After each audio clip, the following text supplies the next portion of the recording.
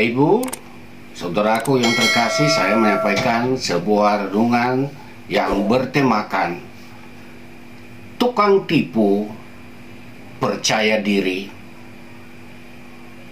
Saya membacakan satu ayat firman Tuhan dari kitab Amsal pasal yang ke-12 ayat yang kedua. Orang baik dikenan Tuhan, tetapi si penipu dihukumnya. Ini bicara soal tukang tipu. Tukang tipu itu dia merencanakan yang jahat untuk memperoleh sesuatu dan dengan sengaja mengorbankan orang lain. Mengorbankan orang lain bisa dalam bentuk informasi, bisa juga dalam bentuk uang atau harta benda. Umumnya, tukang tipu pintar ngomong. Karena kalau dia tidak pintar ngomong, bagaimana ia bisa menipu orang lain? Banyak akalnya untuk meyakinkan orang bahwa apa yang dikatakannya itu benar.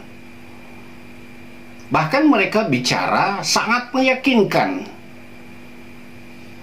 Air muka mereka cukup menarik dan meyakinkan, sehingga orang yang tidak hati-hati akan sangat mudah untuk tertipu. Saudaraku,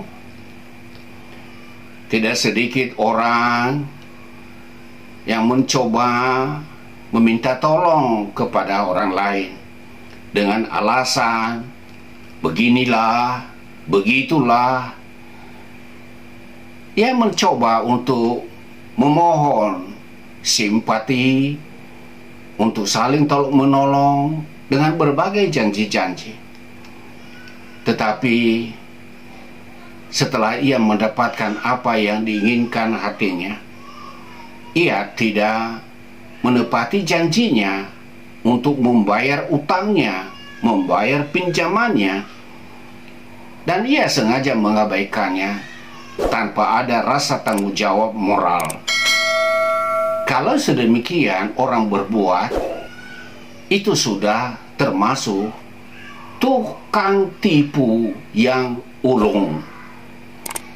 Biasanya mereka bicara sangat meyakinkan, bicara sangat percaya diri, sehingga orang yang tidak berhati-hati seringkali menjadi korban daripada tukang tipu ini.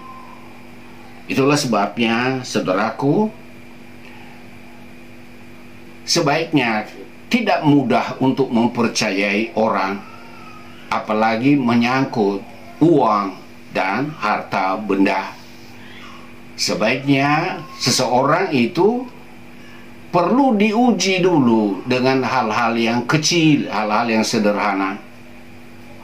Karena kalau orang tidak setia dalam perkara-perkara kecil, tidak mungkin juga kita bisa mempercayai dia untuk hal-hal yang lebih besar.